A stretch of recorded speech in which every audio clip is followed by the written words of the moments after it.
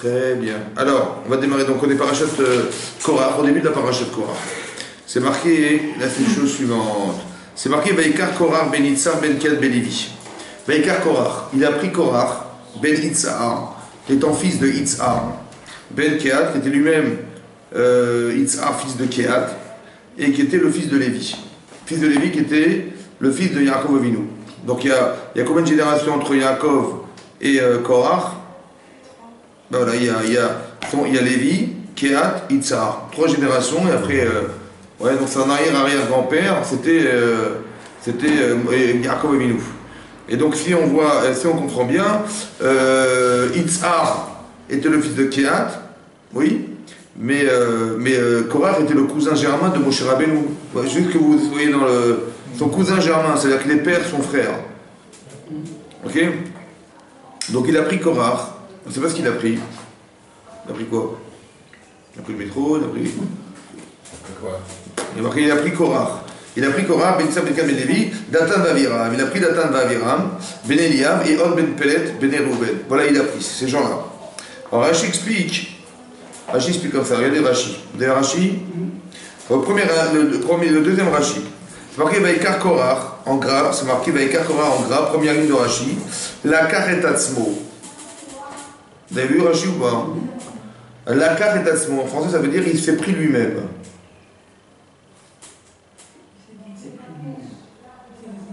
Hein? La Karetatzmo, il s'est pris lui-même. Liot Letzadechad. Letzadechad. Ça veut dire quoi Letzadechad? D'un côté. Liot Nechalak Betoch Haeda. Pour se séparer, se diviser de l'assemblée, l'horaire à la Keuna pour revendiquer la Keuna. Voilà ce qu'il va faire. Donc, quand il y a marqué Vaikar dans la Torah, c'est quoi Vaikar? Il a pris. Il a pris. Il s'est extériorisé, c'est-à-dire qu'il est sorti de la Haïda. Il s'est pris lui-même. Ça va? Ça vous va ou pas? Pourquoi la Torah nous dit ça? Pourquoi vous prenez en compte cette histoire? Il s'est pris elle-même, il s'est pris lui-même. Hein? Vous avez une idée ou pas? Il s'est fait une imagination dans sa tête. Vaikar, il s'est pris lui-même. Il s'est séparé de l'assemblée pour revendiquer la Keuna. Ouais, c'est ce que je continue à chier. Zéou chez Tirem Onkelos, c'est ce qu'a traduit le Onkelos, Veit Paleg. Vous avez vu le Onkelos en haut de la feuille, la page là, vous avez vu à gauche là? C'est marqué Veit Paleg Korach. Veit Paleg, Palga, en araméen ça veut dire diviser. Comme on dit dans la Gemara, Bemaï Kamifligé, en quoi ils discutent, en quoi ils se séparent dans les opinions. Palag, ça veut dire séparer, couper, diviser. Veit Paleg, donc il a traduit Kobaïkar, il a pris, pas qu'il a pris dans sa main, il s'est séparé. Voilà, Veit Paleg. Alors peut-être l'idée, c'est pas, vous avez une idée ou pas ou... Non? C'est pourquoi on nous raconte qu'il s'est séparé. C'est que ça venait que de lui-même, quoi. Tout seul, il s'est fait. Très bien. Ça fait une position tout seul. Très bien. Pourquoi nous dire qu'il s'est séparé? On peut dire qu'il est resté avec l'assemblée, mais il s'est séparé dans sa tête. C'est ça qui est marqué? Dans sa tête, c'est marqué ou c'est marqué? Dans sa tête. De l'assemblée. Il s'est sorti de l'assemblée, de la communauté. Il est sorti. Hein? Il voulait s'en séparer. Il s'est séparé. Oui. Il s'est séparé. Oui. Ça veut dire quoi? Que ça vous. Il Ça est va? resté seul en fait. Voilà. C'est vrai. Hein? Alors moi j'ai pensé comme ça. Avec mon petit esprit, j'ai pensé comme ça. Est-ce que c'est normal de séparer les gens? Hein? C'est normal? Vous voyez des gens qui... Est-ce que les gens sont heureux quand ils sont seuls? Non. Non. Donc en général, on veut être avec des gens, on veut se rassembler, on ne veut pas se dissocier. Donc quand vous voyez quelqu'un qui se dissocie du groupe, ça veut dire quoi? C'est normal ça? Donc ça veut dire... Ça peut vouloir dire 2 choses pour moi. 1 et 2. 2 choses. 1. Il a envie d'être seul, il se sent... Personne n'a envie d'être seul. Non, mais là, Donc s'il a envie d'être seul, ça veut dire quoi? Il a été vexé. Il a un malaise. Donc c'est dangereux pour lui. Donc quand je vois ça, qu'est-ce que je fais? Je dis, il a un problème ce monsieur, ou cette dame, elle a un problème. Parce qu'elle se sépare du... C'est dangereux, on ne se sépare pas des gens, ça va? Donc c'est un symptôme de malaise. Ou bien c'est un symptôme de quelqu'un qui prépare contre il se prépare contre quelque chose. Ça va? C'est que la Torah nous donne des symptômes psychologiques que d'expliquer que quand les gens se séparent de l'assemblée, de la communauté, de l'un, c'est qu'il y a un problème. Soit il a un malaise, il se sent mal avec les gens, soit ça veut dire qu'il est en train de préparer quelque chose dans le dos des gens. Parce qu'on ne se sépare pas des gens. C'est comme ça, oui, non? Donc c'est ça qui est marqué Veikar. C'est d'abord, première chose à comprendre, c'est ça. Ça va? C'est-à-dire qu'on nous prépare à l'idée que quand vous voyez les gens se séparer des autres, c'est qu'il y a un problème. Ça va? Première chose, c'est un symptôme de malaise. Ou c'est un symptôme de raison de marloquette. Comment c'est quoi une marloquette? Un conflit, oui. Mais marloquette, la racine, c'est chalak, chelek. Les chalek, c'est divisé. Vous avez compris? En fait, les gens se divisent. Mais dans le bon sens ou dans le mauvais sens ici? Dans le mauvais sens. Ça veut dire qu'on est en train de nous expliquer, bonsoir, on est en train de nous expliquer qu'il y a une chalouka, ça veut dire une séparation d'êtres qui est dans l'intérêt de briser la chose. Ça va? Ok. Maintenant, petite introduction entre nous. Donc là, on voit qu'il va y avoir une marloquette ici dans le texte. Il va y avoir un conflit entre Korach et Moshe Rabbeinu. Oui? Une fois, on a dit dans un cours, je ne sais pas si vous vous rappelez, d'où est issue la division dans le monde? Où est-ce qu'est l'origine de la marloquette? Caïn et Abel, en tant qu'homme, vous avez raison. Ouais? Oui? C'est ça, oui? Caïn et Abel. Alors regardez dans la Torah. Regardez dans la Torah, dans la paracha de Bereshit. Si vous voulez bien ouvrir la page, si tu veux bien ouvrir la page, regardez, on est page 4. Page 4 dans le texte, on est dans le Perek Aleph, dans le premier chapitre de la Torah, Pasuk Vav. Vous avez trouvé? Donc le premier verset en haut de la page, c'est marqué Vayomer Elokim, a dit Hachem, Yehi Rakia. Il a dit que soit le Rakia. C'est quoi le Rakia? Le ciel, le firmament. Betoch Hamaim, que le firmament soit dans l'eau. Ah bon? Vaïm Avdil, alors qu'il a séparé, Mavdil Avdallah, en hébreu c'est quoi l'Avdallah? La séparation, Ben Maïm la Maïm. Ensuite il a séparé les eaux des eaux. Vayas Elohim et Arakia, il a formé le firmament. Vayavdel, il a séparé Ben Amaïm entre les eaux. Asher mitachat Arakia, qui était sous le firmament, ou Ben Amaïm entre les eaux qui étaient Me'al l'Arakia, au-dessus du firmament, Vayichen Sefutasi. Ça va? C'est pour ça qu'on appelle, comment ça se dit en hébreu le ciel? Shamaïm. Shamaïm. Ça veut dire quoi, Shamaïm? Soit ça veut dire Sham, là-bas, Maïm, soit ça veut dire Sam, Maïm, il a placé de l'eau. C'est ça, Shamaïm. Vous avez compris? Donc qu'est-ce qu'il a fait Hachem? Il a séparé les eaux d'en haut des eaux d'en bas. Vous savez ce que dit Midrash Rabbah là? Le deuxième jour de la création du monde, il n'y a pas marqué Tov. Pourquoi? Parce que quand il a séparé l'eau, il a créé la marloquette. La chalouka, ça veut dire qu'il a séparé quelque chose. La séparation crée le conflit. C'est-à-dire qu'on a créé l'esprit de conflit dans le monde en séparant les eaux. C'est que si on est en conflit, comme vous allez voir plus tard, qu'il y a une éveil, ils vont se confronter, etc. L'esprit de conflit, il est né de la séparation de l'eau. C'est incroyable ou pas? Que dans la nature, on a créé la séparation, ouais, et cette séparation des eaux va engendrer la dispute, la séparation des êtres. C'est-à-dire que le Midrash explique que quand on a séparé les dos d'en haut et d'en bas, on a créé la marloquette, le conflit, ouais, et on a créé le Guinam, l'enfer. L'enfer a été créé ce jour-là, le jour où on a séparé les eaux, le deuxième jour de la création, c'est pour ça que ça ne s'appelle pas Tov. Tous les jours de la création du monde, on dit Tov, et le dernier jour, le sixième, on a dit Tov Meod, Tov Meod, c'est-à-dire excellent, mais le deuxième jour, il n'y a pas marqué Tov. Pourquoi? Parce que la Chalouka, la Avdallah, c'est la séparation des eaux d'en haut et d'en bas. Regardez, ça va, vous avez compris ça? Ok. Tournez la page avant, tournez la page 2, donc on est au début de la paracha de Bereshit. C'est marqué là-bas, Pasuk Gimel, le troisième verset. Vous avez trouvé le troisième verset Gimel? À la page d'avant, Philippe, avant, juste avant. Avant, ça veut dire, tu tournes la page. Voilà, non, je page d'avant, vas-y, tourne avant. Ah non, avant, c'est. Pasuk Gimel, tu as trouvé, Chadak. Vayomer Elohim, et a dit Hachem, Elohim, Yehi Or. Ça veut dire quoi, Yehi Or? Que soit la lumière. Vayi Or, et fut la lumière. Vayar Elohim et Or Kitov. A vu Hachem que la lumière était bonne. Vayavdel. De nouveau, c'est marqué Vayavdel. Il a séparé Elohim, Dieu, Ben Or, entre la lumière, ou Ben Achocher, et entre l'obscurité. Vaikra Elohim la Or Yom. Il a appelé Elohim le jour, la lumière, il l'a appelé Yom, jour. la rochère et l'obscurité, car elle allait la nuit, veillerait, veilleboker et michal. C'est bon? Ça va? Ça va? Il y a marqué Vayavdel Kim. Il a séparé Hachem, la lumière de l'obscurité. Pourquoi cette Avdala, elle n'a pas créé le Marloquette, à votre avis? Pourquoi la Marloquette est née de l'eau, de la séparation des eaux et pas la séparation de la lumière de l'obscurité? C'est quoi la logique? Parce que peut-être que dans l'obscurité, il y a de la lumière. Comment? Parce que peut-être que dans l'obscurité, il y a de la lumière. Non, c'est vrai. Qu'est-ce que vous apprenez de là? Qu'est-ce que vous comprenez de là? Est-ce que c'est logique de séparer la lumière de l'obscurité? Ben oui, parce que pour que la lumière soit lumière et l'obscurité, il faut les séparer. Oui ou non? C'est logique ou pas? Est-ce qu'il y a un conflit dans votre cerveau? Ça vous dérange ou c'est logique? C'est logique ou pas? Ben oui, c'est logique. Par contre, quand on sépare l'eau, pourquoi on sépare l'eau? C'est bizarre, hein? Ça c'est une chose, ouais? Vous avez compris? Et pourquoi on sépare deux éléments qui sont identiques?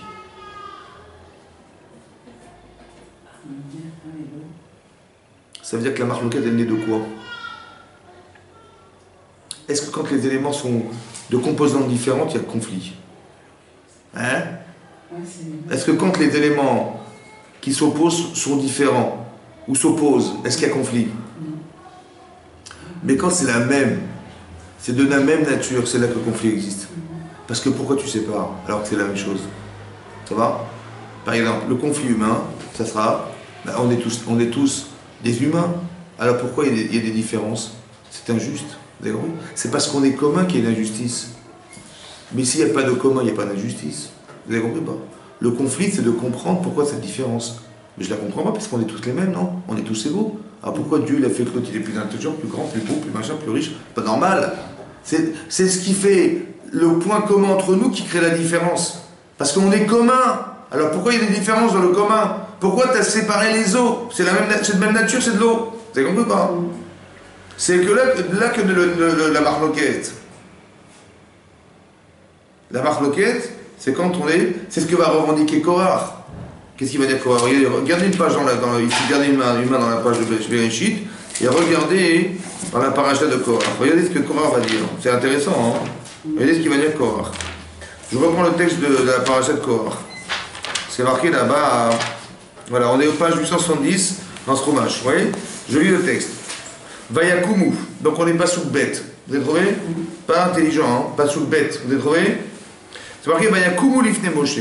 Ils se sont levés devant Moshe, Vea Anashim et les hommes, mi béné Israël, parmi les béné Israël, Chamishim 50, ou Mataïm 200. 250 des Siéda. Des Siéda, des chefs de l'assemblée Krié Moed, des gens de renom, des gens reconnus. Donc Moshe, il s'est retrouvé devant une assemblée d'hommes qui étaient des gens de renom. Vaïkalou al Moshe. Regardez ce qu'ils ont dit. Ils se sont rassemblés. Kaal, en hébreu, ça veut dire, c'est quoi la Keila? Ouais, la Keila, c'est la et la Keila. Alors, la Kevaïkalou, ils se sont rassemblés. Al Moshe, vers l'Aaron, autour de Moshe et d'Aaron. Vayomru alem, ils leur ont dit Rav lachem. Rav, ça suffit pour vous. C'est trop déjà, c'est trop beau. Kikol Aeda Kulam Kedoshim. Toute l'assemblée, elle est Kedoshim. Kulam Kedoshim. Vous avez compris? Uftocham Hashem. En plus, Hashem se trouve parmi eux. C'est-à-dire, on est tzadikim, quoi. Tous. Oui, nous tous ou pas? On est tous égaux. Si on est tous égaux, alors Madouat Naswa Kel Hashem. Si on est tous égaux, alors pourquoi vous êtes-vous monté au-dessus du clade? Toi, Moshe, t'es le roi, ton frère c'est Kohen Gadol, et puis quoi encore? Et nous, on est quoi? Vous avez compris ou pas? Si on est tous égaux, c'est injuste que vous soyez, toi le roi, et nous aussi on a le droit, on mérite d'être des rois et d'être des Kohanim. Oui, Godolim, oui, non. Mais d'où vient la marloquette? Mais parce qu'on mérite autant que vous. Pourquoi nous on serait défavorisés alors qu'on est tous des êtres humains? On est tous des tzadikim, on est tous des kedoshim, et en plus Hachem est avec nous. Alors pourquoi cette différence? Vous avez compris? Le conflit vient de quoi, le conflit? Il fait qu'on soit commun. Et donc, puisqu'on est pareil, je ne vois pas pourquoi on n'aurait pas les mêmes avantages. Ça va? Donc, qu'est-ce qu'il faut faire pour solutionner ça? Hein? Comment on fait la paix là-dedans? Vous avez une idée ou pas? C'est que chacun a son rôle spécifique. Khazak. D'où vous avez tiré ça? D'où j'ai su que c'était... Hein? C'est vrai, c'est logique. Alors, mais c'est quoi le rôle spécifique? Il faut comprendre le rôle spécifique, c'est quoi? Alors, regardez, on avait une fois dit comme ça, regardez, c'est marqué ici, dans la paracha, plus tard dans la paracha de Bereshit. Alors, reprenez la paracha de Bereshit.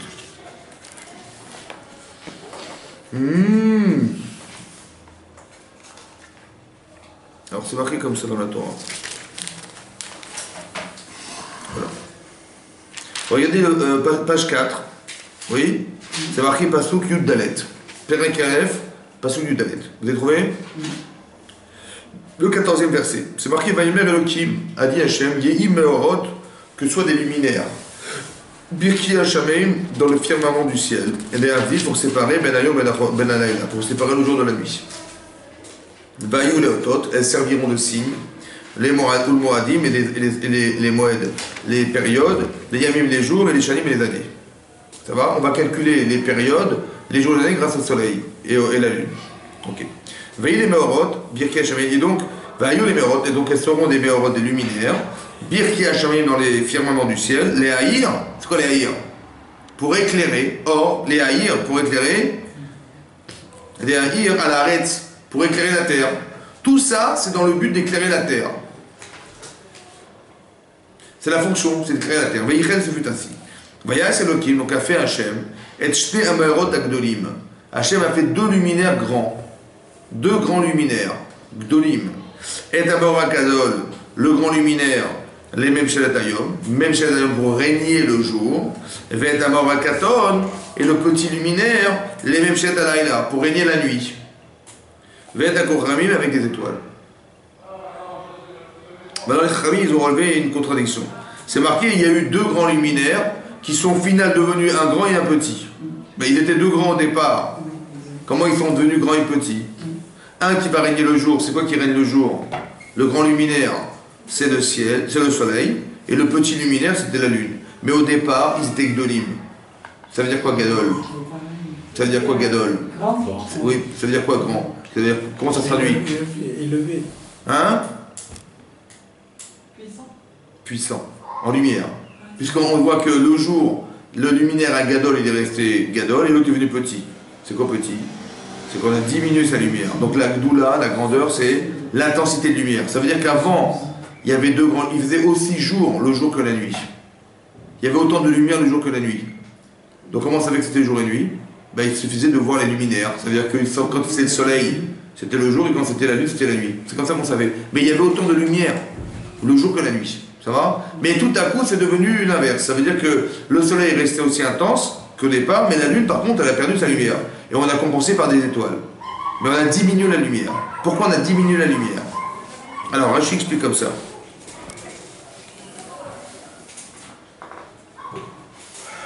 Alors, on est Pasuk Tetzaïn, donc le 16e verset. Voilà. Regardez Rashi dans la marche de droite. 5 lignes avant la fin du texte de Rashi, à droite. Vous avez trouvé? C'est marqué Meorot Agdolim, en gras. Vous avez trouvé? Très bien. Shavim Nivraou. Shavim, en hébreu, ça veut dire quoi, Shavé? Équivalent, égal. Shavim, ils étaient égaux.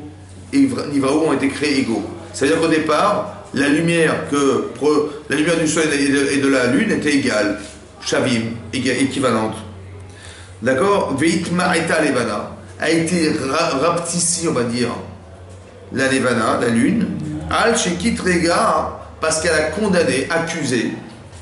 Ve'amra, il a dit, Iefshar, c'est impossible, les Shnem Lachim, deux rois, Shishtamshu Bekederecha, qui a un usage d'une seule couronne. Hein? Elle a dit la lune, qu'est-ce qu'elle a dit la lune?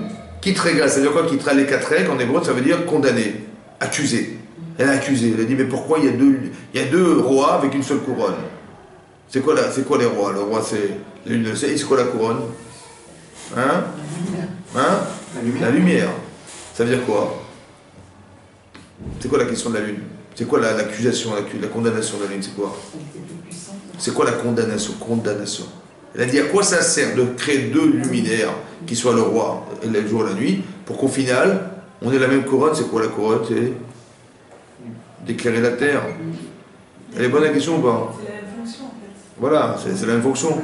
À quoi ça sert de créer deux trucs pour la même chose? 2 spots pour un... Ben non, fais un seul spot qui écrit jour et nuit. Et c'est bon, ça va, c'est 2 luminaires. Ça va, elle est bonne la question ou pas? Qu'est-ce qu'il a fait Hachem? Il a diminué la lune. Pourquoi il a diminué? Pourquoi il a diminué? Bah oui, c'est elle qui... Elle accuse, elle dit, mais je comprends pas. C'est une bonne question ou c'est pas une bonne question? Elle est bonne la question ou pas? Qu'est-ce qu'on lui répond? Qu'est-ce qu'on lui répond? Hein? C'est bon, c'est comme ça qu'on regarde. Qu'est-ce qu'on lui a dit? Ben Hachem, qu'est-ce qu'il a fait? Il a dit on va diminuer ta lumière. Ben, c'est pas une réponse ça. Si elle a raison, qu'est-ce qu'on aurait dû faire? Un seul luminaire. On choisit donc le seul lune. Mais est-ce que Dieu s'est trompé? Non. Donc c'est pas trompé. C'est une mauvaise question. Elle est bonne la question. Oui, mais Alors en quoi elle est fausse? En quoi elle est mauvaise? parce que Dieu c'est ce qu'il fait.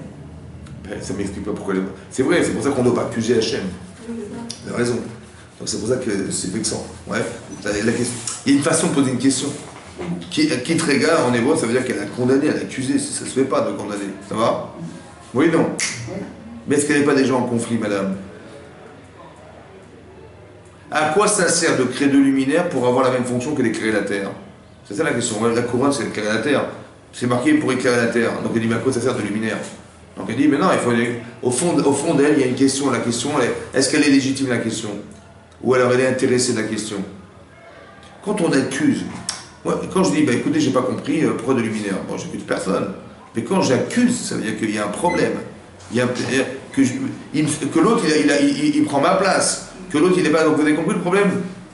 On est commun. Donc on a conflit, mais pourquoi il est là, lui? On est clair pareil. À quoi ça sert qu'il soit là? Moi, je peux faire le rôle de jour et de la nuit, à quoi ça sert qu'il soit là? Vous avez compris? Donc ma question, en vérité, elle revendique le droit d'être seul pour éclairer le jour et la nuit. C'est ça, oui, c'est ça le kitroug. Mais la nature de ma question, c'est de comprendre ou d'éliminer l'autre? Vous avez compris? Il y a des questions qui sont des questions pour essayer de combler des vides. Il y a des questions pour éliminer les gens. Ça va? C'est ça la question de la lune. Qu'est-ce qu'il fait Hachem? Il diminue sa lumière. Pourquoi il n'a pas enlevé la lumière? Il t'a raison, hop, dégage. C'est pas ça qu'il a fait. Oui? Elle avait raison, elle avait tort. Elle avait tort, donc il aurait dû lui expliquer pourquoi il a créé de luminaire. Non, non, il a diminué la lumière. Diminuer, c'est une explication, diminuer. Oui, mais peut-être que c'est lié à l'ego et l'humilité. Comment? Peut-être que c'est lié à l'ego, et du coup il a oui, c'est vrai. Pour l'humilité. Pour l'humilité, ouais. Mais ça veut dire que, est-ce qu'elle a compris quoi? Est-ce qu'on a répondu à ce... Ok, toi, écrase-toi, ok, j'ai compris, mais on m'a pas répondu. On dit tais-toi, je t'écrase, et j'ai compris, mais j'attends une réponse. C'est quoi la réponse? Hein? La réponse, peut-être, c'est comme ça, peut-être. Quand je diminue la lumière, je me rends compte, moi, la lune, que je ne produis pas tant de lumière. Oui, non? Oui, non? Mais comment ça fait que la scène elle est forte, la mienne elle est faible? C'est là que je commence à m'interroger. Mais d'où vient ma lumière? Moi, je croyais qu'elle venait de moi. Je dis, mais si moi j'éclaire et toi tu éclaires, ça suffira. Mais je me rends compte, c'est pas moi qui éclaire, c'est qui éclaire. Ma lumière, elle vient de lui. Moi, je fais que quoi? Que refléter la lumière. Vous avez pas compris. C'est que quand on m'a diminué la lumière, je me suis rendu compte que je ne faisais que refléter la lumière. Moi, je crois que c'était une boule de feu, mais je suis pas une boule de feu, je suis une boule de terre, moi. Je suis une boule de pierre, vous avez compris? Et moi, je croyais que c'était moi qui produisais ma propre lumière. Et je me rends compte que non. Donc, c'est quoi ma fonction? C'est d'éclairer la terre ou de refléter la lumière? Pour éclairer la terre. Est-ce qu'on a la même fonction? Maintenant que j'ai compris qu'on a la même fonction, est-ce que je suis en conflit? Vous avez compris maintenant? Vous avez compris? C'est de là que j'ai compris que quand on a compris sa fonction, on n'est plus en marloquette. On est en conflit dans l'avoir, mais on n'est pas conflit dans l'être. Vous avez compris ça? C'est-à-dire qu'il faut expliquer aux gens qui sont genre jaloux, qui veulent avoir la place des autres, etc. Attends, mon chéri, il faut juste que tu comprennes une chose. C'est que le bon Dieu, s'il a donné plus à lui et moins à toi ou l'inverse, c'est qu'il y avait une raison principale. C'est sa fonction qui lui donne le devoir d'avoir plus. Mais il faut qu'il remplisse sa fonction.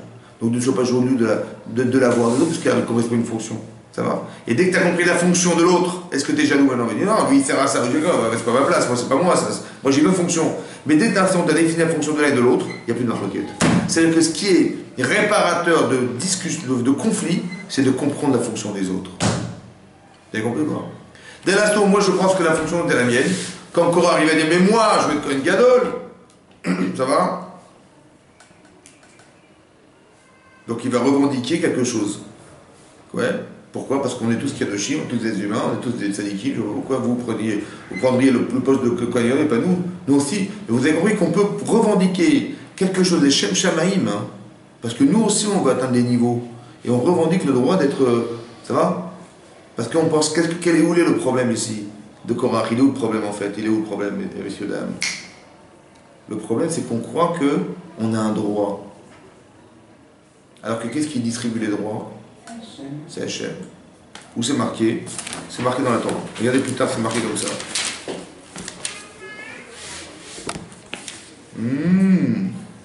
Regardez. Ouvrez la page 872.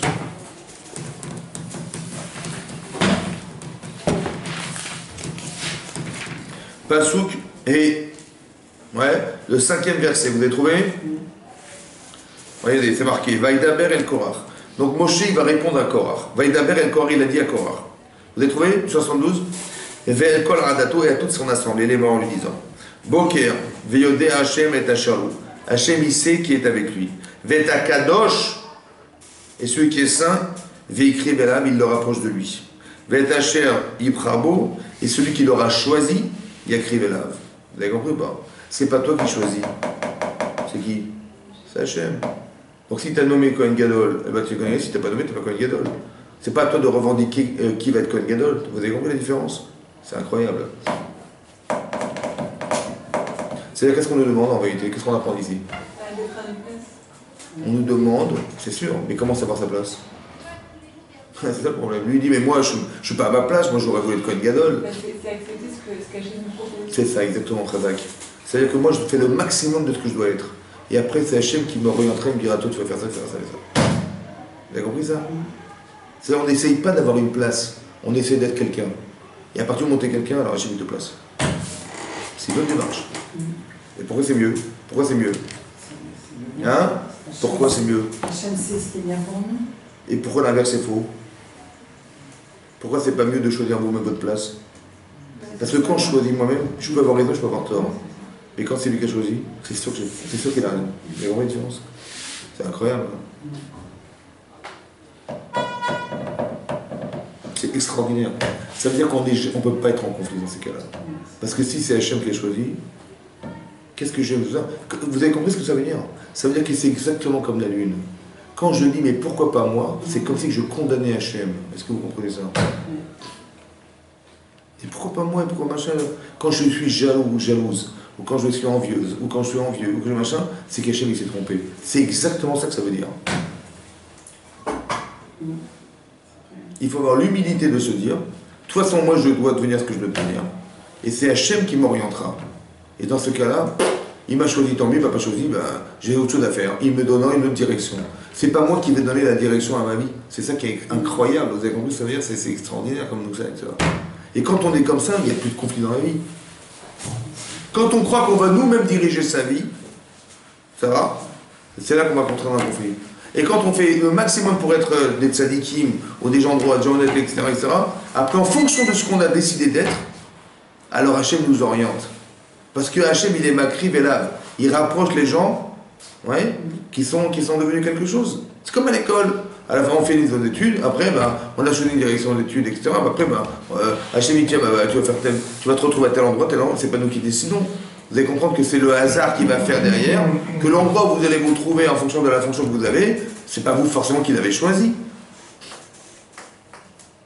Vous avez compris? Tiens, j'ai ouvert le journal, je trouvais du boulot, machin. Mais c'est Hachem en vérité, vous avez compris ce qui se passe? C'est extraordinaire. Est-ce qu'il y a un conflit là-dedans? Non. J'ai une fonction que je me donne le droit d'être, et après Hachem, il m'oriente. Mais il n'y a pas besoin d'aller en conflit avec les autres. Vous avez compris? Le problème, il est là.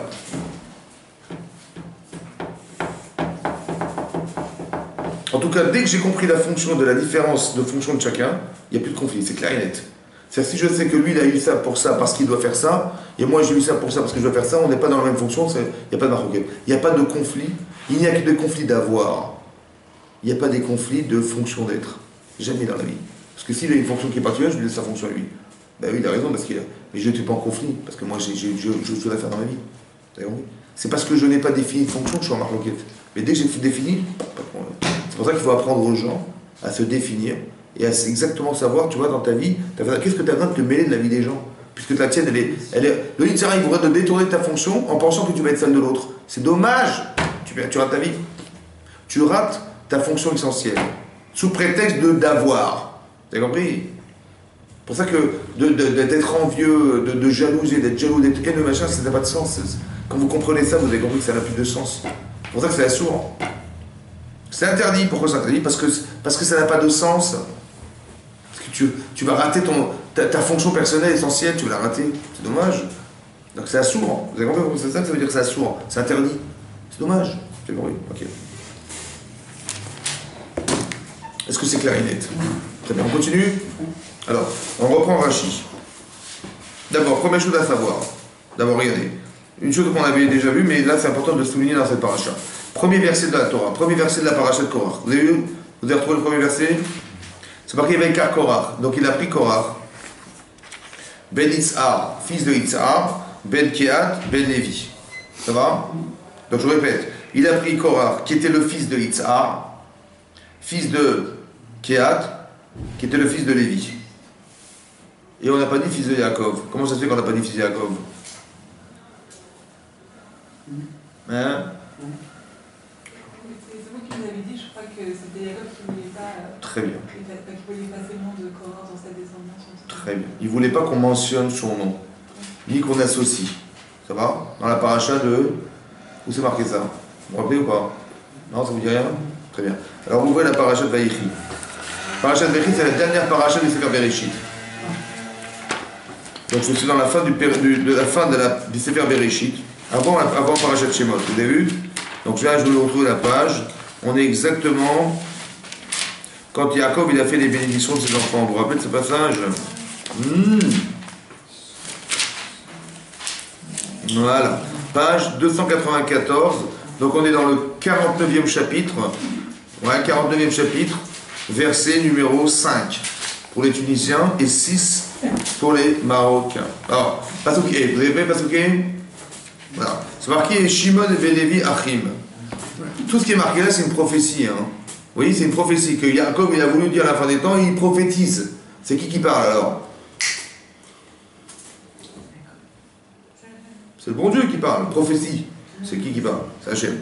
C'est marqué Shimon et Lévi Achim. Shimon et Lévi sont frères. C'est pourquoi ils sont frères? On sait qu'ils sont frères. Ils sont toujours ensemble. Et quand ils sont ensemble, c'est une cata. Ça va? Quand ils sont ensemble, c'est une catastrophe. C'est pour ça que, quoi, par exemple, Yosef, quand il veut dire vous êtes des espions, qu'est-ce qu'il va faire? Il va séparer Shimon. Parce que quand ils sont ensemble, ils risquent de comploter, on les sépare. Ça va? Ok. Kli Hamas Michotehem. Kli Hamas. C'est quoi Kli Hamas? Michotehem. Ça vous dit quelque chose? Kli Hamas. Keli, c'est quoi Keli? Un ustensile. Michotehem. Michotehem, c'est des armes.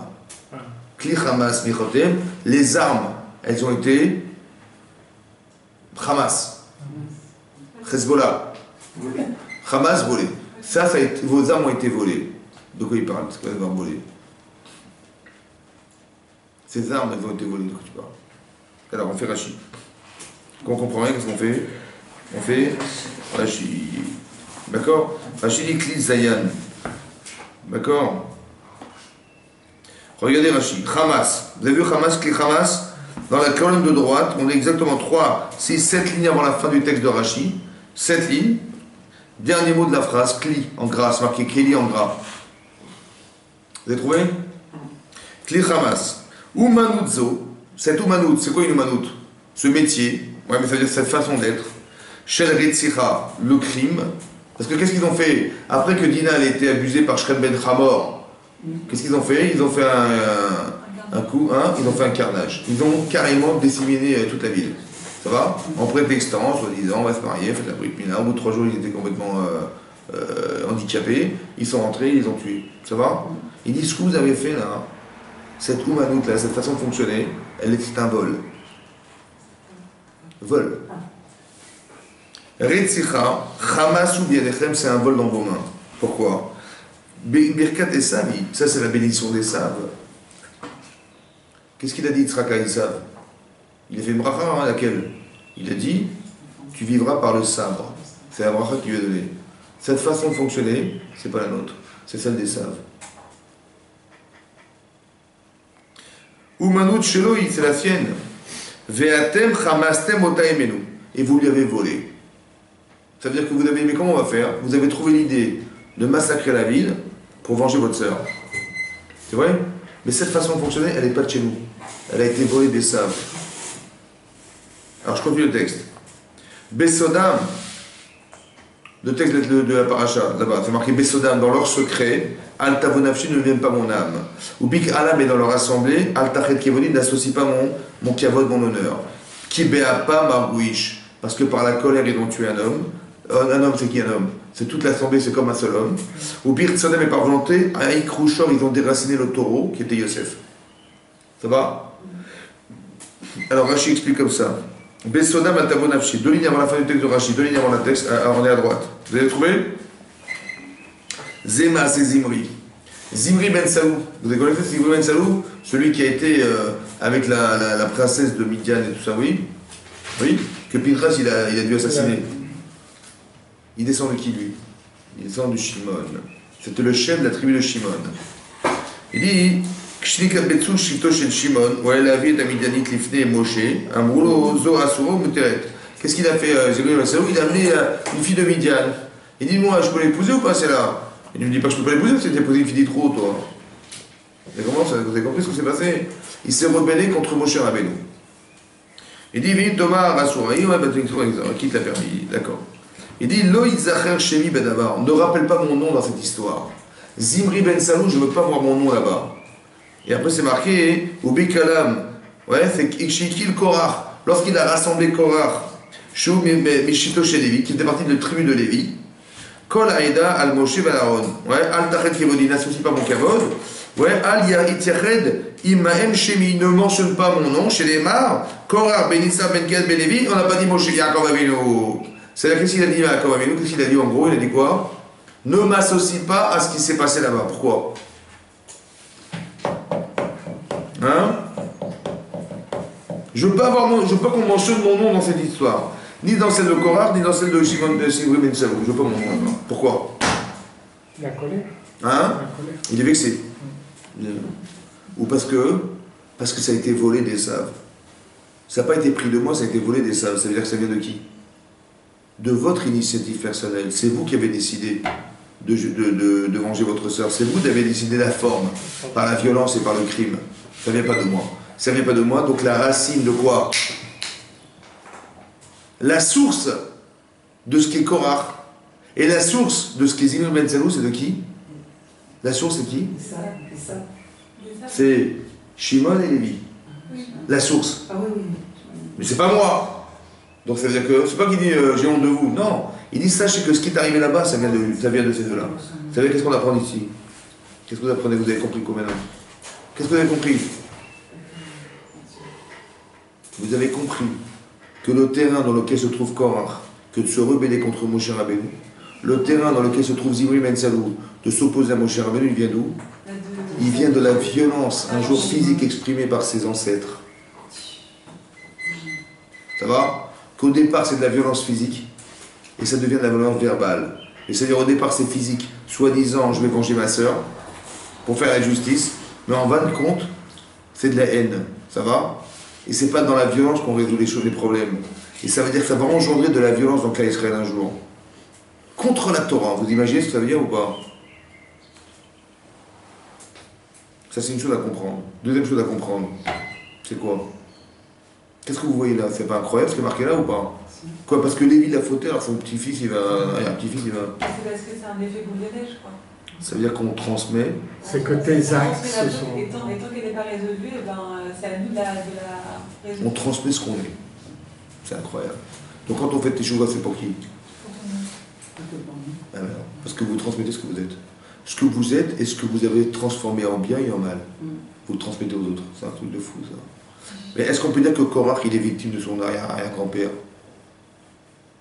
Oui. Hein? Donc qu'est-ce qu'on lui veut alors? Hein? Oui, mais c'est pas les bons. Très bien, donc qu'est-ce qu'on apprend de là?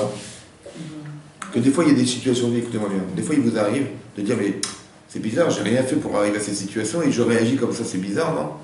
Peut-être que ça vient d'ailleurs.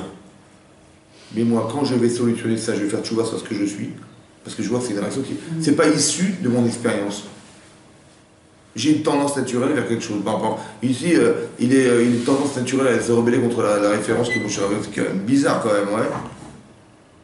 Mais d'où vient cette violence? Elle vient pas de lui, elle vient d'autre part, parce que c'est pas naturel ce qui se passe. Je vous explique la problème, juste pour qu'on comprenne. Vous savez qui c'est Moshe Rabbeinu ou pas? Celui qui les a sortis d'Égypte, qui leur a donné la Torah, qui les a fait se loin dans le désert, ouvert la mer Rouge. C'est lui cet homme. Est-ce qu'on peut se rebeller contre lui? Est-ce que c'est possible de se rebeller contre lui? C'est irrationnel presque. C'est complètement irrationnel. Donc, qu'est-ce qui peut pousser un homme à se rebeller contre cette référence? Ou il est complètement fou, ou alors il y a quelque chose de fort en lui qui le pousse. T'as compris ou pas? Quand je vois ça, c'est un exemple que je vous donne pour apprendre dans la Torah, que quand on voit ça, c'est qu'en fait, c'est pas forcément vous. C'est ancestral. C'est l'origine de quelque chose. C'est pour la Torah ou pas? Ça veut dire qu'on doit faire teshuva là-dessus aussi pour réparer la faute de l'ancêtre. Que s'il n'a pas réussi à le faire, ou il n'a pas finalisé ce qu'il a pu faire, alors c'est nous qui allons finaliser. C'est ça qui est marqué là aussi. C'est pour ça que Yaakov, il a dit, ça ne vient pas de moi. Ne crois pas que tu as besoin de monter jusqu'à Yaakov et nous. Non, c'est jusqu'à Lévi. Ça va?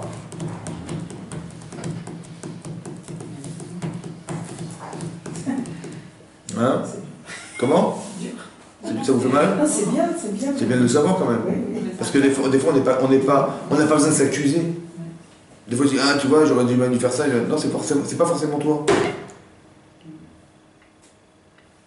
Que des fois, on a une nature attirée vers ça ou vers ça, que ce soit dans le bien ou dans le mal. Hein. Les gens, ils sont attirés vers la Torah, naturellement, ils sont attirés vers... C'est un srout, c'est un mérite. Peut-être ça vient pas de soi, ça vient d'ailleurs. Et nous, on a le mérite d'avoir ce patrimoine. Hein? C'est comme ça. Regardez vos grands-parents et grands-parents, vous allez comprendre. Hein. C'est des gens très orthodoxes, juste dans la Torah et Mitzvot, c'est comme ça. Après, ça a chuté, ça a remonté, ça redescend, mais on a un patrimoine. Vous avez compris? Donc si on est attiré par la Torah, ben, ça ne vient pas forcément de nos actes personnels. Ou on a fait Teshuvah, ça ne vient pas forcément... Mais ce déclic-là, il a été déclenché parce que derrière, il y avait un patrimoine, il y avait une base. Vous avez compris? On vit avec, on est avec. Ça va? Elle se sépare, on ne la connaît pas. Vous imaginez entre Itzhar et Lévi, toute la descendance qu'il y a eu derrière, c'est-à-dire qu'il n'est pas censé savoir. Mais maintenant, j'ai compris que si c'est ça, j'ai bien compris ce qui est marqué dans la Torah, c'est de nous expliquer que quelque part, on n'est que la réalisation des autres aussi. Et donc on vit avec. Donc il faut pouvoir avoir les avantages et les inconvénients et pouvoir les solutionner. Ça va? Voilà. Mais ce que j'apprends aussi, c'est important de voir que la violence physique, elle va forcément engendrer une violence spirituelle. C'est un truc de malade, ça. Pourquoi c'est comme ça, à votre avis? Parce que si on réagit physiquement, c'est que déjà, au niveau de l'esprit, ça va déclencher au corps, au niveau du corps. C'est vrai, mais pourquoi ça devient spirituel après? Après. Bah oui, parce que Korach, parce que Lévi, ils ont voulu faire la justice d'une manière qui soit, mais bon, c'était pas comme ça qu'il fallait faire, c'est pas joli ce qu'ils ont fait. Ça va? C'est vrai ou pas? Parce que la source, elle est spirituelle. Qu'en vérité, la source est spirituelle. Ils ont voulu, par l'esprit spirituel, parce que en abusant comment ça s'appelle, de Dina, il a fait une avéra, Shrem Ben Tramor, une grande avéra. Est-ce que c'est un Ben Noir, Shrem Ben Tramor? C'est un Ben Noir? En tant que Ben Noir, est-ce qu'il a le droit d'avoir des rapports adultères comme ça, ou des rapports... il n'a pas le droit. Donc il est condamné à mort pour ça. Ça va? Donc ils ont jugé qu'il était condamné à mort. Mais c'est la façon de le faire qui est gravissime. Mais la pensée qui est spirituelle et qui est un jugement spirituel dans cet ordre, mais cet ordre-là n'est pas spirituel. Donc ça veut dire qu'il y a un mélange, malheureusement, de violence dans le spirituel qui va entraîner un rapport spirituellement violent aussi derrière. C'est pour ça que le Coran il va se rebeller contre Moshe Rabbeinu, c'est incroyable. C'est-à-dire qu'il y a un terrain sensible, en tout cas il en reste. Ouais, c'est terrain sensible. Ça veut pas dire qu'il va tomber dans un panneau. Ça veut dire qu'il peut tomber. Ça va? Il peut tomber là-dedans. Il y a un yetzer là-dedans. Comme une fois on a dit entre nous, vous vous rappelez, on a dit une fois que bizarrement, c'est marqué dans la Torah, que Yaakov, il aimait Rachel plus que Léa. Ça va? Mais il aimait Rachel plus que Léa. Mais il aimait Léa. Mais Rachel plus que Léa. Il s'est marqué Hachem, Vayar Hachem, qui se noue à Léa. Et Hachem, il a vu qu'elle était haïe. Qui c'est qu'il a vu? Hein? C'est lui qui l'a vu ou c'est Hachem? Ça veut dire quoi qu'il a vu? Ça veut dire quoi? Ça veut dire quoi Hachem il a vu? Il lui a rien vu. Et c'est bizarre que Hachem il a vu quelque chose qui ne se voyait pas puisqu'il aimait cette femme. Il aimait moins, mais il aimait. Alors? Très bien. On sait que c'est inconscient. C'est qu'Hachem il voit l'inconscient. C'est bon? C'est-à-dire que c'est pas conscient chez Yaakov, mais ça va devenir conscient chez qui? Chez les enfants. Vous allez vous rendre compte que les enfants de Léa, ils vont haïr les enfants de Yosef, de Yaakov, de Rachel, pardon. C'est incroyable. Mais ils se nouent autour. Ça veut dire que ce qui n'est pas conscient le devient un jour. Et ce qui devient conscient après, c'est eux qui vont devoir solutionner les problèmes des parents. C'est de fou, quoi. Est-ce que c'est clair, ça? Ça reste entre nous, hein? Non, je vais pas, ça sort pas d'ici. Vous avez compris ou pas? Parce que même ce qu'on n'arrivera pas à solutionner inconsciemment, ça va être solutionné par nos enfants. Mais ça va se solutionner un jour. Et il faut que ça solutionne, sinon c'est le conflit qui va... Incroyable. C'est-à-dire qu'il ne faut pas créer de différence. Que toutes ces différences, tout ce qu'on appelle la chalouka, la marloquet, c'est des conflits mal gérés. Ou des choses qui ne sont pas réglées. Il faut régler les choses. Il faut faire des shalom.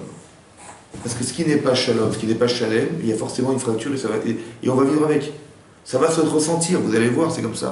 Il faut être shalem. C'est pour ça qu'Aaron, il est rodef shalom en permanence. Il essaie de régler des shalom, de créer de l'équilibre. D'éliminer tout ce qui nous sépare des autres, tout ce qui nous sépare de nous-mêmes. Ça va? Intelligemment. Ok. Regardez ce qui est marqué dans Rashi. On continue. Alors, je reprends la paracha de Korah. Vous avez trouvé la paracha de Korah? C'est marqué comme ça. Machara, moins cœur. Alors, c'est marqué comme ça.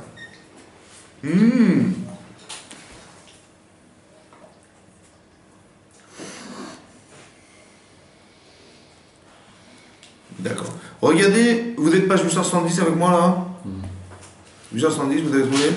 Je suis au début de la paracha donc de Korah, dans le Rashi, qui se trouve dans la colonne de droite, 4 lignes avant la fin de Rashi. 4 lignes avant la fin de Rashi, 1, 2, 3, 4, avec les doigts, on compte bien, et au milieu de la phrase. C'est marqué Mara'a Korah. Vous avez vu Mara'a Korah? Qu'est-ce qu'il a vu Korah? 4 lignes avant la fin, 4 lignes Philippe. 4 lignes avant la fin, 4 lignes, 1, 2, 3, 4 avant la fin de Rashi. Non, à droite. Ça c'est la gauche. À droite. On vote à droite. Mara Korah. Qu'est-ce qu'a vu Korah? L'Achlok et Moshe. De se mettre en conflit avec Moshe Rabbeinu. Qu'est-ce qu'il a vu pour se mettre en conflit? Alors, il y a marqué Nitkana, il a été jaloux. Nitkana, la kin'a. Que l'origine, c'est de la jalousie. Très intéressant. Au niveau psychologique, on voit qu'il avait un problème, Korah, au début, jaloux. Jaloux. Que quoi? Al-Nesiuto chez Elitzaphan ben Uziel. Sur le fait qu'on est nommé chef de la tribu de Lévi, Elitzaphan ben Uziel. Chez Minou Moshe, qu'a nommé Moshe, Nasi al-Bene Kehat. Il a nommé Moshe chef de tribu des enfants de Kehat. Alpi Adibour. Alpi Adibour. Par la bouche d'Hachem, c'est-à-dire par la volonté d'Hachem. C'est Hachem qui lui dit, nomme cet homme. Est-ce qu'il a entendu Korah ça? Ben non, ça vient d'Hachem. Donc c'est une névoie. Mais non, Amar Korah a dit Korah, Achi Abba, les frères de mon père, Arba Ayou, ils étaient 4. Chez les Mar, ou Bnei Kehat, Vechouli. Donc dans la paracha de Shemot là-bas, dans ces vers Shemot, c'est marqué qu'ils étaient les enfants de Kehat. Combien il avait d'enfants Kehat? Il avait 4. 1, 2, 3, 4. 4 enfants. Le premier c'était qui? C'était Amram. Kehat, il est le premier enfant Amram, qui était le père de Aaron et Moshe. Deuxième enfant c'est Yitzhar, le père de Korah. Troisième, Chevron.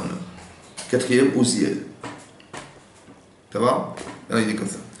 Amram Abechor, Rashi. Amram Abechor, Amram l'aîné. Natlouch Nebanav, Gdoula.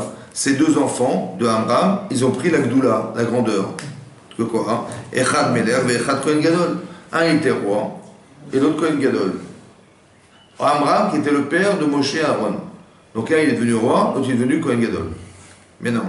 Mi Raoui Litol et Tachnia. Qui c'est qui est Raoui? Qui c'est qui est apte à récupérer le deuxième poste? qui était celui de chef de tribu de Kehat. C'est qui? Ben c'est qui? C'est le deuxième. Ben c'est Lo, c'est pas moi. Il dit Korach. Sheani ben Itzhar. Moi je suis le fils d'Itzhar. Sheu Sheni le Amram, qui est le deuxième après Amram. C'est logique ou pas? Oui, non? D'accord? Vehu Mana Nasi et Achiv Akatan. Il a nommé le petit frère du dernier enfant de Kehat. Il dit Tsafan Bedouziel. Normal. D'accord? Arini Cholek Alav. Donc je suis Cholek sur lui. Il me battait les dévarage. J'ai vu ses paroles. D'accord? Qu'est-ce qu'il a fait après? Il a réussi à influencer 250 membres du Sanhedrin. Incroyable. Vous avez vu d'où c'est né ou pas? D'où la marque elle est née de quoi? Qu'un jour, il a réfléchi, comment il s'appelle, Korach, il a dit, mais attends, soyons logiques. Mon grand-père, il avait 4 enfants, et parmi le premier enfant, c'était Amram, qui a eu 2 enfants, Moshe et Aaron, donc c'est normal, logique, que l'un il prend le trône, la royauté, l'autre il prend la Kohen Gadol, c'est normal, c'est le premier, c'est normal, mais le deuxième, c'est mon père quand même. Donc c'est qui devenait chef de la tribu, c'était bien moi, non? Et qu'est-ce qu'il a fait Moshe? Il a donné à mon petit cousin. C'est pas normal. Cette frustration-là et cette jalousie, qu'est-ce qu'elle a engendré? La bagarre. Qu'est-ce qu'on apprend de là? C'est pas une petite bagarre, hein. C'est une bagarre contre qui? Moshe Rabbeinu, est-ce qu'on en compte ou pas? Qu'est-ce qui peut déséquilibrer autant un homme, à votre avis? Quand vous voyez des gens, ils sont devenus fous, carrément fous. C'est le statut. Hein? C'est le statut. Qu'est-ce qui est à l'origine de tout ça? Pourquoi la personne elle perd tous ses repères? Mais tous ses repères. Souvent c'est dû à quoi, à votre avis? Hein? Elle n'est pas humble, elle n'est pas humble, vous dites qu'elle n'est pas humble, l'ego. Qu'est-ce qui est marqué dans Rashi? La jalousie et la frustration. Vous savez ce qui est marqué dans Rashi? Mais c'est moi qui devais être. Ah, il ne m'a pas nommé. Il est frustré du choix de Moshe. Qu'est-ce qu'il a été inventé maintenant? Que Moshe a tout inventé. C'est un imposteur. Vous avez compris? C'est impossible. C'est pas Hachem qui lui a dit, c'est lui qui l'a choisi. Ça va? Regardez ce qui est marqué dans la Torah maintenant. Regardez ce qui est marqué. Dans la Torah. Incroyable mais vrai. Maintenant écoutez-moi bien. Regardez ce qu'a dit Moshe Rabbeinu.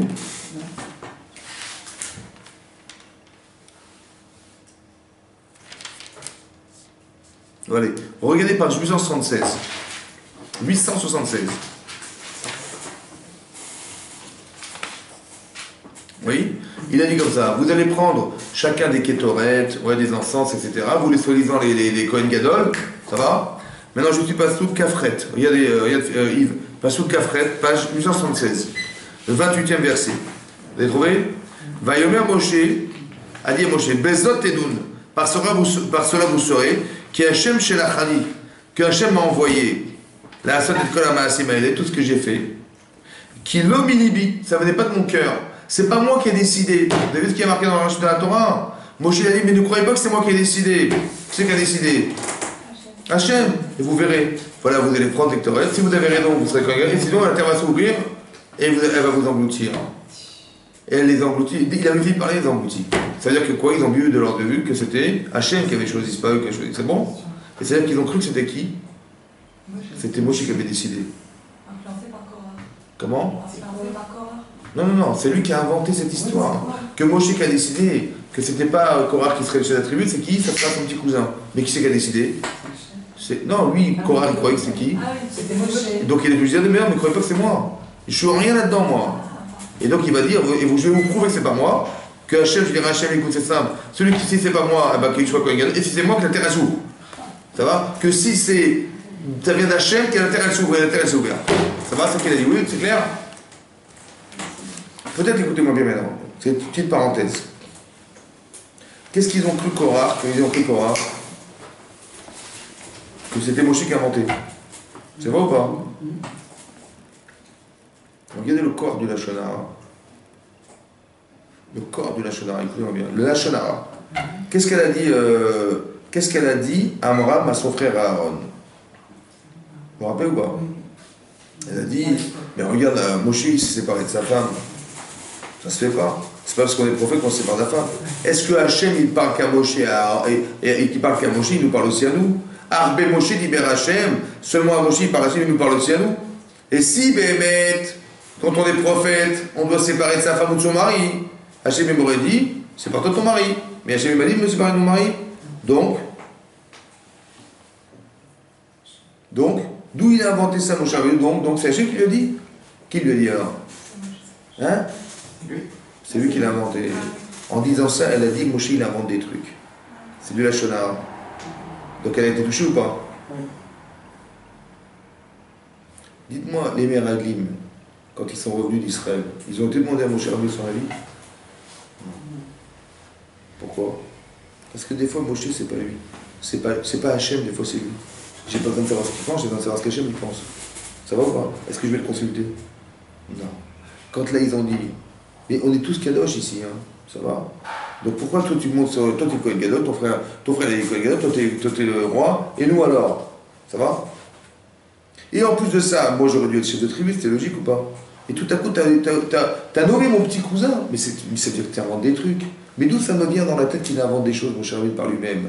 C'est que dès que ça nous arrange en fait... J'ai compris, mais d'où ça lui est venu qu'il invente? Ah bah de Myriam. J'ai compris ça? C'est grave. Hein. C'est grave, hein, le Lachon Hara, vous avez compris? Peut-être que ce qu'ils ont dit, ça venait du Lachon Hara qu'ils avaient. C'est-à-dire qu'on fait rentrer dans notre tête des choses inconscientes. Que peut-être, en vérité, elle a dit du Lachon Hara. Mais on peut y croire, c'est ça qui est dingue. Et ça peut créer des cheminements intellectuels qui vont faire qu'on va se rebeller en pensant que quand ça ne nous arrange pas, on va s'arranger. Quand ça ne nous arrange pas, on va s'arranger parce que l'argument qu'il invente m'intéresse et je vais l'utiliser contre lui pour essayer d'assouvir mes besoins personnels qu'est d'être chef de tribu. Est-ce que vous comprenez comment ça fonctionne, ça? C'est très subtil psychologiquement, ça. On ne se rend pas compte, hein, quand on dit des choses, des fois on ne se rend pas compte, ça ne rentre pas dans les oreilles d'un sourd. Hein. Et qu'inconsciemment, ça peut être réutilisé à bon escient. Vous avez compris? Ok. Deuxième chose à comprendre. Qu'est-ce qu'il aurait voulu avoir, Korach, et qu'il n'a pas eu? Hein? Il aurait voulu avoir le petit cousin. La place du petit cousin. Ça veut dire chef de la tribu des Lévis. C'est ça qu'il voulait, oui, non? Et qu'est-ce qu'il a dit à Moshe Rabbeinu? Mais non, on va être Kohen Gadol, nous. Oui, non. C'est ça qu'ils ont dit. Il dit, pourquoi toi tu montes toi? Nous aussi on peut être Kohen Gadol. Il dit, il n'y a pas de problème, on va être Kohen Gadol, on va aller prendre les encens. C'est ça qu'ils ont dit, oui. Mais c'est pas ça qu'il voulait, lui. Il voulait pas de Kohen Gadol, il voulait de quoi? Hein?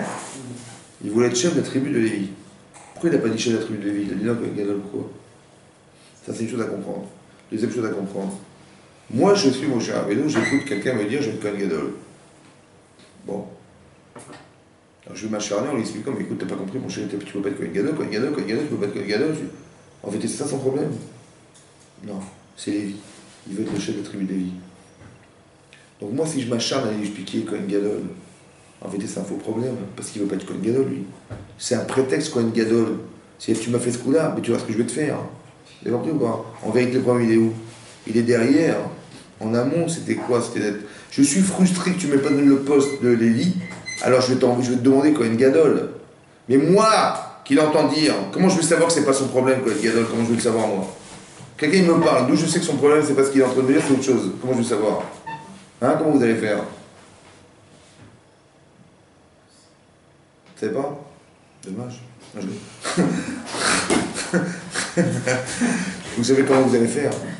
Parce que quand c'est pas logique, c'est qu'il y a un problème. C'est pas ça le problème. Vous avez compris? Je t'explique pourquoi c'est pas logique. Pour deux raisons, c'est pas logique. C'est pas logique parce que qui c'est qui a dit que la Keuna Gdola existait? C'est la Torah. Qui c'est qui a transmis la Torah? Ben, c'est mon cher Rabbeinu. Si c'est mon cher Rabbeinu. Mais si mon cher Rabbeinu, c'est l'imposteur. Donc est-ce que la Torah existe? Donc comment toi tu peux revendiquer ce que tu penses avoir été inventé? C'est pas logique. À part ça, il y a combien de Kohen Gadol? Et eux, combien ils sont de revendiquer?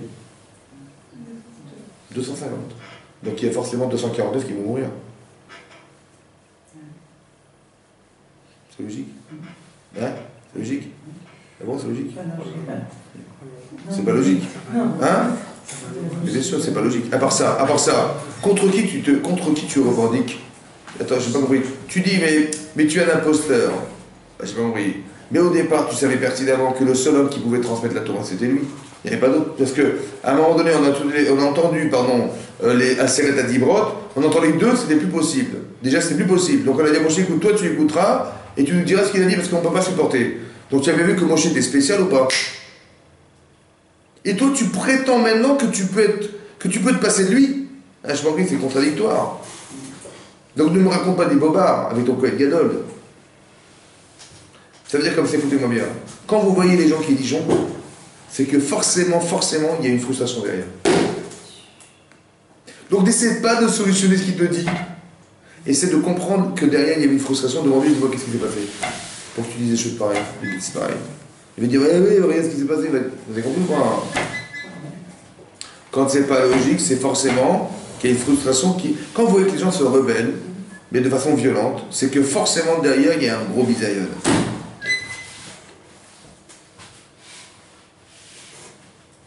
Vous avez compris? Par exemple, dans des couples, des fois les couples ils se déchirent. Ouais. Je froisse. Des fois, tu te dis, ou lui a disjoncté, ou elle a disjoncté complètement. Ouais. Mais d'où ça vient? Parce qu'à force de ne pas être reconnu par l'autre, genre le type il donne son avis, il est jamais content, il dit non mais là je n'importe quoi, tout le temps comme ça. Un homme il peut dire à sa femme, écoute, un fan des fois ils en ont marre, ils se rebellent. Je dis pourquoi tu te rebelles? Parce qu'il ne se sent pas représenté quelque part. Ou l'inverse, une femme, elle ne se sent pas femme dans son couple. Une fois, 2 fois, 10 fois, 4 fois, 30 fois, la femme, on a marre. Donc elle va s'énerver pour d'autres choses, mais qui ne sont pas liées à ce qu'elle va vous dire, et qui sont liées à la frustration qu'elle a de ne pas être. Ah bon, tu ne me reconnais pas comme une femme, mais tu vois ce que je vais te faire. Et je vais m'énerver pour d'autres choses qui n'ont rien à voir avec le problème en fait. Et vous allez vous rendre compte que les disputes en général, elles sont bidons. Mais elles ne sont pas issues de la problématique exprimée, mais par une frustration intérieure qui va engendrer cette dispute personnelle. Donc je ne vais pas m'arranger avec elle dans le problème qu'elle est en train de me dire.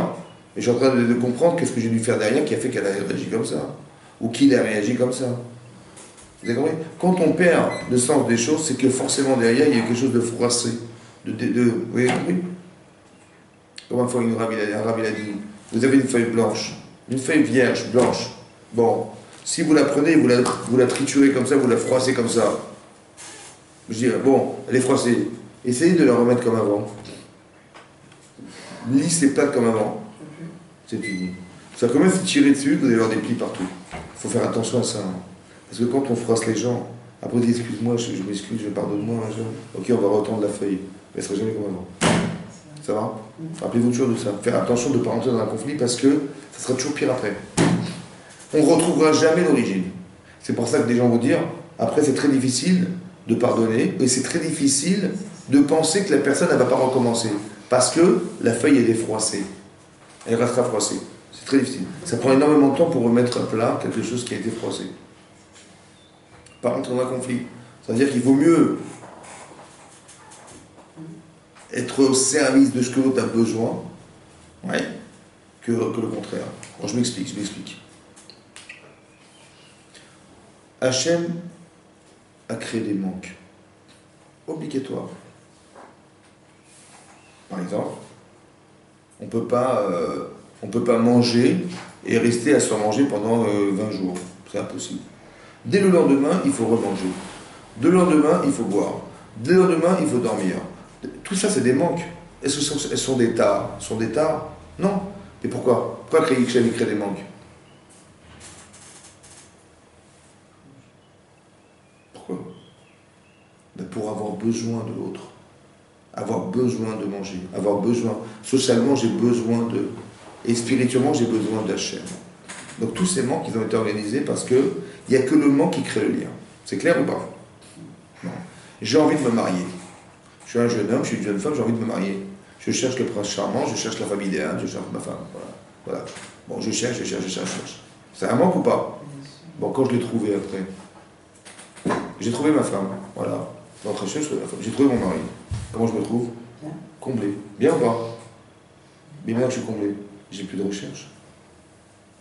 Par exemple, vous avez un plat, on vous sert à manger, on vous a trop servi à manger. Ça va? Donc vous avez mangé, vous êtes rassasié. Il reste encore des choses. Qu'est-ce que vous faites de ce qui reste? Quand vous êtes rassasié, qu'est-ce que vous faites de ce qui reste? Hein? Ben, soit vous le jetez, votre mari, soit vous le jetez, soit vous le gardez et dites ça va servir demain. Mais vous êtes comblé. Quand vous êtes marié, vous êtes comblé. Maintenant vous dites, mais à quoi me sert ma femme? C'est bon, je suis marié. À quoi me sert mon mari? Mais vous savez, je suis comblé. J'ai mangé, j'ai plus faim. Vous avez compris ou pas? C'est un danger ou pas ça? On se dit, mais attends, j'ai pas fini, il faut que j'ai des enfants. Ok, j'ai eu des enfants. Maintenant je suis comblé. D'accord? Bon, mais à quoi me sert ma femme? Je suis marié, j'ai des enfants, à quoi me sert ma femme? À quoi me sert mon mari? Vous savez, j'ai. Donc si je cherche à combler ce qui me manque, à un moment donné, je vais saturer. Donc comment je vais faire alors? Hein? Ben ça y est, je suis marié, j'ai mangé, j'ai plus faim. À quoi me sert mon mari? À quoi me sert ma femme? J'ai fini, j'ai plus faim. Ça y est, c'est bon, je suis marié, c'est bon. Donc s'il y a conflit un jour, qu'est-ce qui va se passer? Eh ben je lui dis, mais de toute façon, moi je suis indépendante, je divorce et je suis tranquille. Parce que de toute façon, mais pourquoi j'ai plus envie? Parce que j'ai comblé ce que j'avais rêvé d'avoir.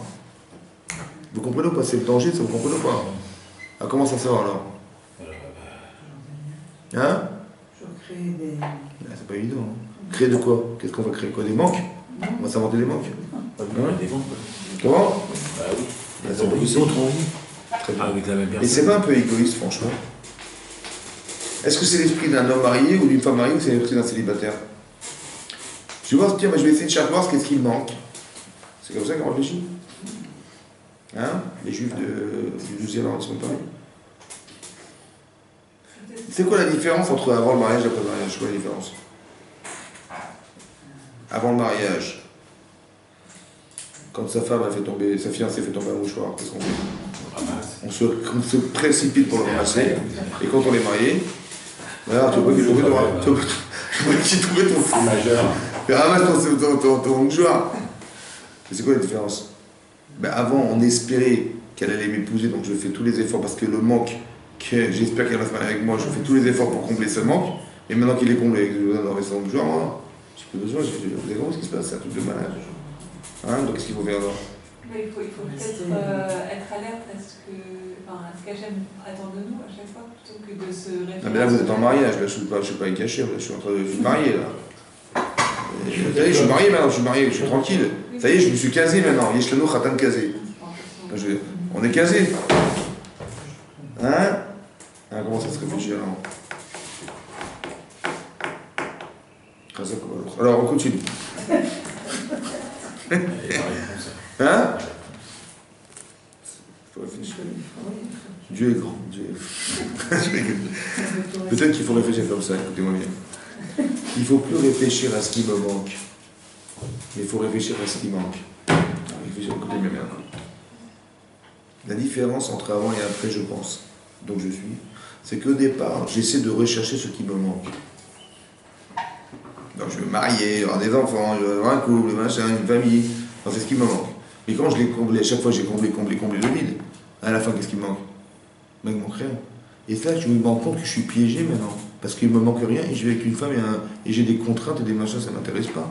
Vous comprenez que ça peut créer un conflit, ça, dans la tête des gens, ça? Alors comment on s'en sort? Alors écoutez-moi bien. Maintenant, c'est exactement l'inverse qu'il faut faire. L'inverse. C'est pas d'essayer de combler ses manques, c'est d'essayer de combler les manques. Par exemple, tout ce que je reproche à mon mari, il y a des manques. Ou tout ce que ma femme me reproche, ou tout ce que je reproche à ma femme, il y a des manques. Eh bien peut-être que ma mitzvah, puisqu'il y a un manque, c'est de combler ce qui manque. Peut-être, non? Non? Plutôt que de se séparer de ce qui nous manque. Hein? Non? Il dit mon mari il est comme ça. Ah, quelle catastrophe. Et ma femme, vous rigolez, ma femme elle est comme ça. Alors je dis, entre tout ce qui nous sépare, on ne peut pas vivre ensemble, c'est pas possible. Vous savez pourquoi c'est comme ça? Parce que les gens vivent pour eux-mêmes. Il dit, mais moi, je préfère vivre seul et pas avec un type comme ça, parce qu'avec tous les défauts qu'il a, mais c'est une catastrophe. Mais pourquoi tu réfléchis à ce qui te manque, et que ça te manque plus, et que tu souffres plus de la différence? Pourquoi tu réfléchis dans le conflit? Et pas de te dire, mais si mon mari il est comme ça que moi ça m'horripile, peut-être que je vais lui apprendre à être à l'image de ce que j'espère de lui. Et c'est moi qui vais l'aider à se combler. Non? Peut-être non? C'est quoi les zivouks? C'est quoi les zivouks de la personne? Pourquoi plus lui que elle ou elle que lui? Pourquoi plus qu'elle paye des millions de personnes? Pourquoi? Parce que Hachem, il sait exactement que ce qui l'horripile à elle, c'est ce qui va l'aider à devenir lui. Et ce que lui, ça l'horripile chez elle, c'est ça qui va la combler chez lui. D'apprendre à combler les manques des autres et pas à penser tout le temps à combler les siens. Mais je suis malheureux, j'ai une femme qui est une catastrophe. Ça va?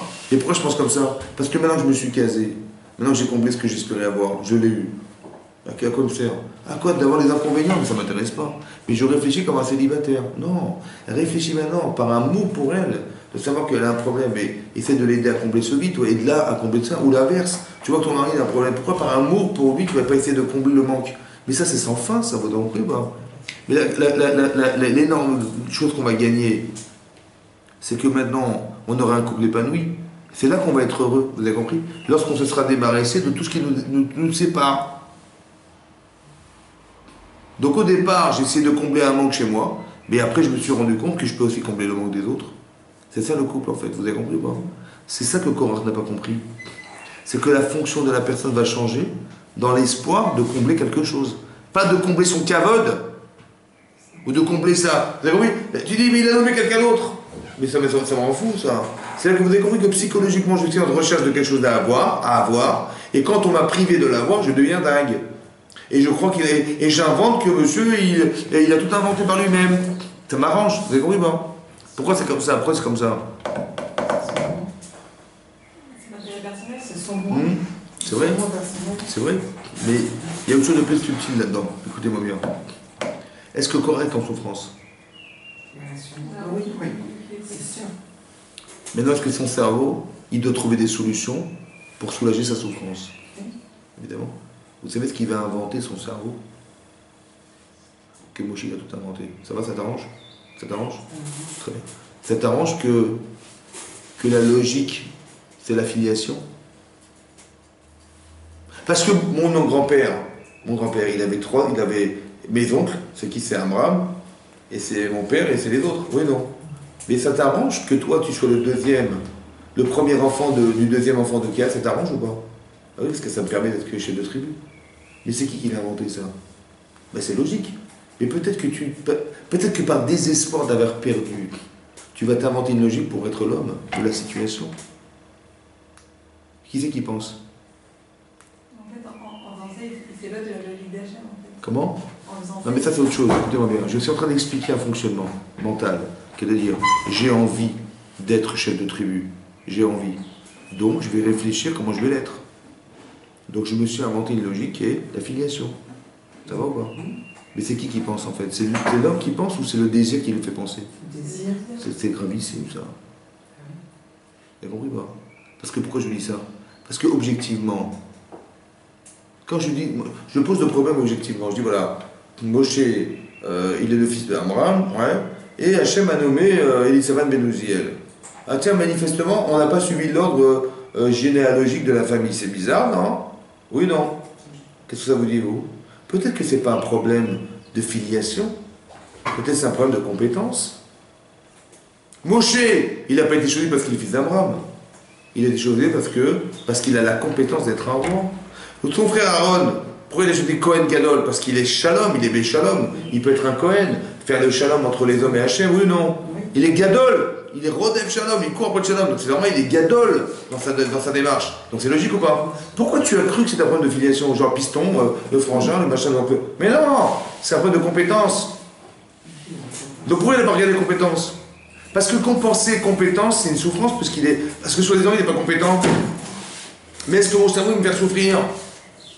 Mon cerveau il me fait souffrir ou il veut me soulager? Donc, il va forcément inventer quelque chose qui me soulage. Mais c'est moi qui pense ou c'est le cerveau qui va me soulager qui pense? Ah, c'est ça le problème, c'est pas forcément moi. Quand je dis moi, vous comprenez ce que je veux dire? Je suis poussé à penser par quelque chose. C'est pas moi qui ai décidé. C'est ce qui m'a poussé, c'est ma souffrance qui m'a poussé à penser. Quand j'ai froid, mon cerveau, il pense, il me dit, bah, mets un pull. Mais c'est qui pense? Il pense à cause de ma souffrance, à cause de mon désir. J'ai envie de prendre des vacances, il va me dire, bah, cherche sur Internet des destinations agréables. Ça va? Et ben il va fouiller, ça va? Mais c'est pour me faire plaisir. Mais c'est qui pense? Mais c'est le désir qui m'amène à penser, vous comprenez ce que ça veut dire? Mais le problème c'est, est-ce que le désir est vrai? Tu as envie d'être Kohen Gadol, tu as envie d'être chef de tribu, mais est-ce que ton désir il est juste au départ? Eh bien, analyse ton désir. N'écoute pas ton désir, essaie pas de combler ton désir. Ça va? C'est pas parce qu'il n'est pas forcément vrai ton désir au départ. Ça vous avez compris comment ça marche? C'est très important ce qu'on dit aujourd'hui là.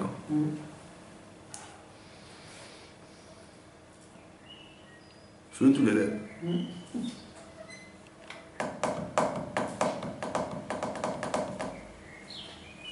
Ça veut dire qu'on peut perdre toute sa tête sous prétexte qu'on a très très envie de quelque chose à un moment qu'on n'arrive pas à assouvir. Et ça veut dire que quoi? Que la frustration qu'il a vécue est tellement puissante qu'il va se rebeller contre une référence reconnue de tous. Mais il est tellement fort et intelligent et beau parleur, Korach, qu'il va réussir par son intelligence, qui est née d'une frustration, à arriver à convaincre tous les 250 membres du Sanhédrin. C'est-à-dire les plus gros intellectuels de la période, c'était eux. Ils ont réussi à retourner contre Moshe Rabbeinu. Imagine la puissance qu'il avait ou pas? C'est pas un dommage énorme ça? Hein?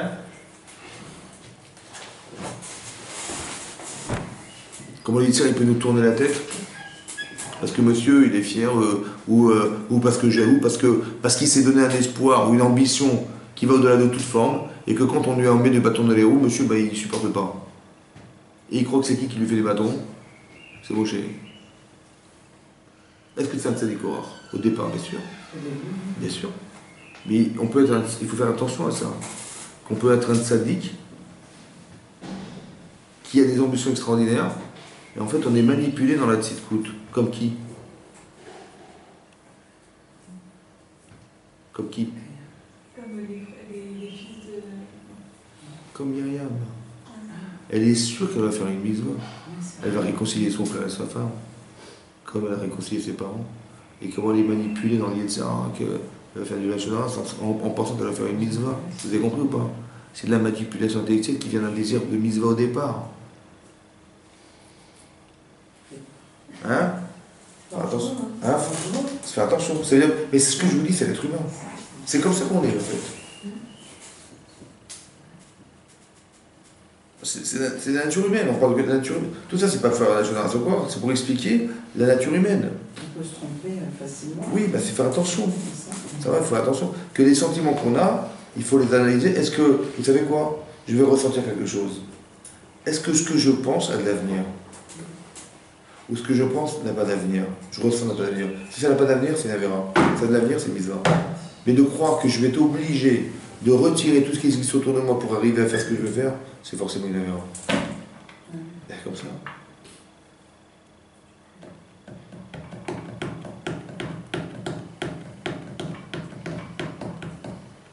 Parce que c'est pas possible que je vais tout casser, ça veut dire Moshe Rabbeinu, tout ce qui existe, pour arriver à exister. Ça a un problème ici. Donc quand je me vois faire ça, ouais, alors je m'arrête. Maintenant c'est très compliqué parce que je suis propulsé par le désir. C'est très difficile, ça, vous avez compris ou pas? Alors comment on arrive à s'en sortir? Comme c'est qu'il fallait enlever le désir. Mais comment on fait? C'est ce qu'il a essayé de faire Moshe Rabbeinu en disant écoute, c'est simple, c'est bien simple, soit tu es Kohen Gadol, soit tu vas mourir. Normalement, quelqu'un dit entre la mort et le désir d'être Kohen Gadol, mourir ou désir Kohen Gadol, dans le doute, qu'est-ce que vous faites vous? Je dis, je me calme. Mais il ne s'est pas calmé lui. Ça va? Ok. Mais ça veut dire aussi un principe qu'on peut se perdre là-dedans. C'est très grave. Oui? Pourquoi c'est comme ça? Pourquoi je ne lui donne pas cette liberté de pouvoir faire ce choix? Alors on ne peut plus choisir. Incroyable, non? Alors j'ai pensé peut-être comme ça. Parce que ce qui existe dans la Vera existe dans la Mitzvah. Tu peux arriver à un niveau de ta vie où tu ne vas même plus choisir la Vera. C'est le but ou pas? C'est quoi le but? C'est de plus pouvoir choisir la Vera. Mais puisque ça existe dans la Mitzvah, ça forcément existe dans la Vera. C'est comme ça. Tu peux atteindre des niveaux dans ta vie. C'est quand tu fais tes chouvas, qu'est-ce que tu fais en fait? Quand tu fais tes chouvas, tu te donnes le droit de ne plus avoir le choix de faire une Avera. Non? Au début, je dis, la mitzvah, la Avera. Mais j'avais choisi. Bon, alors après, j'ai fait la Avera, je dis, non, laisse tomber, j'arrête. Donc je fais, tu vois, plus d'Avera. plus d'Avera, plus d'Avera, plus d'Avera. Donc à un moment donné, tu dis choisis la mitzvah, donc tu te prives du choix de l'Avera. Mais c'est possible dans le Tov de se priver de la faute et d'ambitionner que le Tov. Oui, c'est possible. Alors c'est aussi possible dans l'inverse. Parce que c'est pas légitime que ça soit vrai dans un côté, pas de l'autre. C'est pour ça qu'Hachem ne peut pas priver un homme de se perdre. Parce il l'encourage à devenir, et donc il ne peut pas l'empêcher non plus d'avoir la liberté de se perdre. C'est pour ça qu'il est très fort de l'autre côté aussi. Ça va? Vous avez compris ça? Mais ça veut dire que c'est logique. Maintenant, j'ai pensé une fois comme ça, dans le ventre de ma mère, je me rappelle, j'ai pensé comme ça, que peut-être que c'est très très très important d'être rationnel. Rationnel, ça veut dire ne pas mettre d'émotion dans la pensée. Aussi. Pourquoi c'est important? Parce que quand je suis pris dans l'émotion, ma pensée, elle va s'articuler sur mon besoin, sur mon désir. Et je vais faire des projets, des machins qui sont articulés sur un désir. Alors si le désir il est bon, alors c'est bon, mais si c'est faux, je suis foutu. Ouais.